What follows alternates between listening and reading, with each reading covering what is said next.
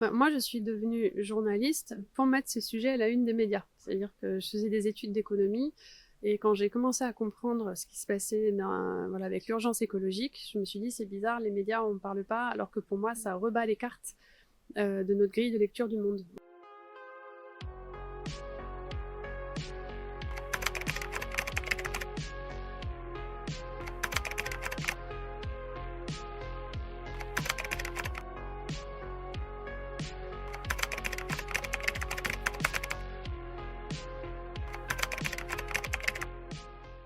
Bonjour Anne-Sophie, qui es-tu? Oh là là.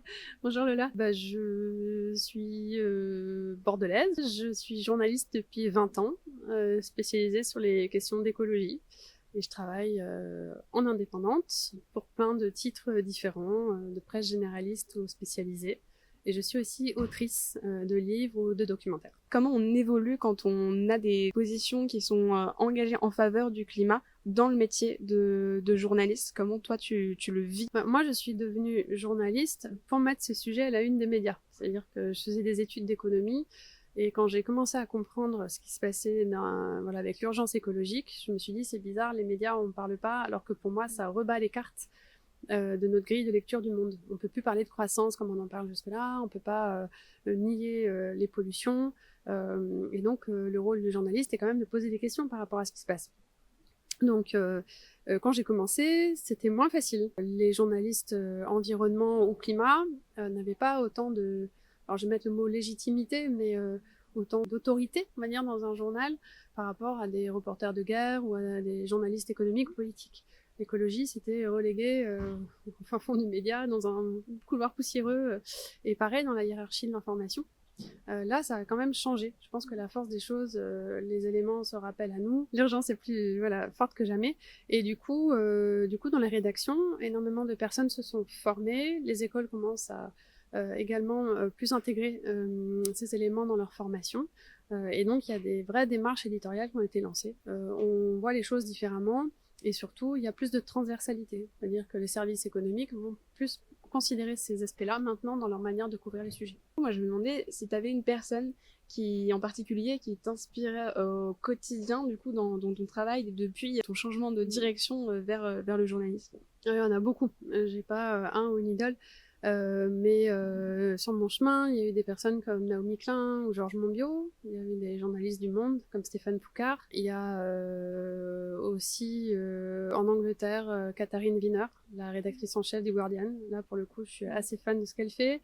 Ou encore Amanda Ripley aux États-Unis, qui elle insiste sur le fait qu'on doit complexifier les narratifs pour essayer de mieux écouter et mieux relater ce qui se passe dans le monde. Et ça, pour moi, c'est des figures qui permettent justement de bousculer un peu les codes du journalisme et d'inviter à mieux faire notre métier.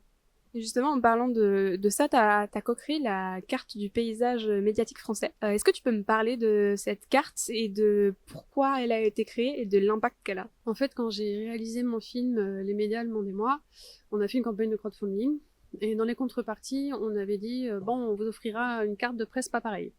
Et puis au moment de créer les contreparties, je dis à ma graphiste Natacha, en fait, juste faire un dessin de carte de presse, ça va pas être utile. Je lui dis par contre, j'ai réalisé on parle beaucoup du paysage médiatique français, mais on n'a pas de représentation. Il n'y a que la carte d'Acrimed et Mon Diplôme, et même si je la trouve formidable, je trouve qu'elle ne va pas assez loin, dans le sens où elle nous aide pas. Ça reste un discours critique, mais il n'est pas assez constructif à mon goût. Et donc, on s'est mis, j'ai dit, bon, on va dessiner ce paysage, et on a fait une première version qu'on a mise en ligne en 2020.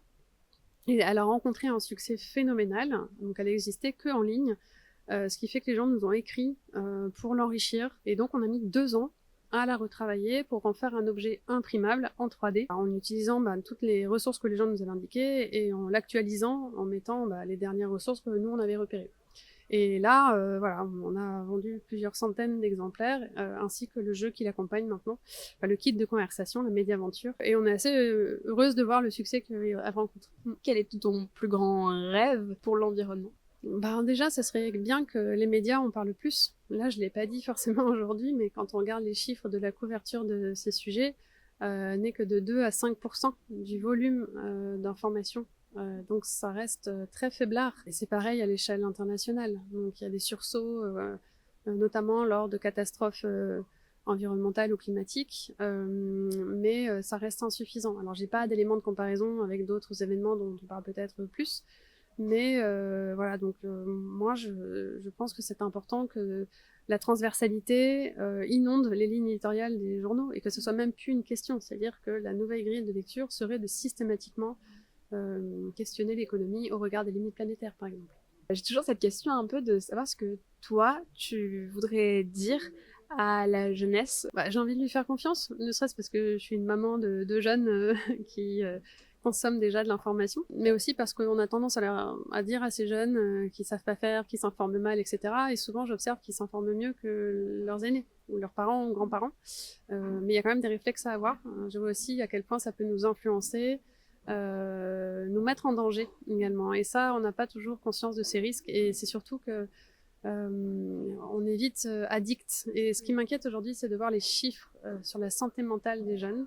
Et je suis pas sûre que ce soit en lien avec l'information, mais plus avec les réseaux sociaux, où il y a des vrais soucis. Alors, je vais pas être aimée des jeunes, mais je pense que jusqu'à 16 ans, on devrait vraiment limiter l'usage des réseaux sociaux, parce que beaucoup se font avoir. Alors voilà, je vais pas me faire des amis en disant ça. Ma fille me dit, mais non, mais jamais de la vie. Mais j'ai dit, mais en fait, voilà, il faut apprendre. Et on vous apprend pas. On vous met entre les mains des outils qui vous mettent en danger. Et du coup, je me sens responsable en tant que maman de dire, si on vous les met entre les mains, on doit vous apprendre à vous prémunir et à vous défendre. Et là, vous êtes juste vulnérable et ça va être un danger pour vous. Et donc ça, on peut en faire un sujet de conversation. Je suis pas pour l'interdiction sans conscience, mais normalement, la loi devrait protéger ça. Et là, pour l'instant, rien n'est fait. Et du coup, c'est problématique. Donc, je sais que vous savez vous débrouiller, je sais qu'on vous avertit, mais petit ou grand, on peut tous et toutes tomber dans le panneau. Donc, c'est même pas une histoire d'âge, mais quand on est jeune, qu'on a 10 ans et qu'on se retrouve face à des contenus, alors que notre cerveau il est pas fini, qu'on n'a pas un regard sur le monde qui est déterminé, eh ben on peut tomber entre de mauvaises mains. Et comme il y a des suicides et des décès et des personnes qui vont de plus en plus à l'hôpital parce que anorexie ou autre problème d'addiction ou autre, moi ça m'affole et je me dis là, c'est un problème de santé publique. Si tu devais mourir demain, de quoi tu serais la plus fière? Mes petits loulous, ma fille et mon fils, tu vois, de me dire voilà, je forme des citoyens de demain et voilà, et j'espère qu'ils seront heureux et qu'on arrivera à, voilà, à leur transmettre aussi ces valeurs qui nous sont chères en tant que parents.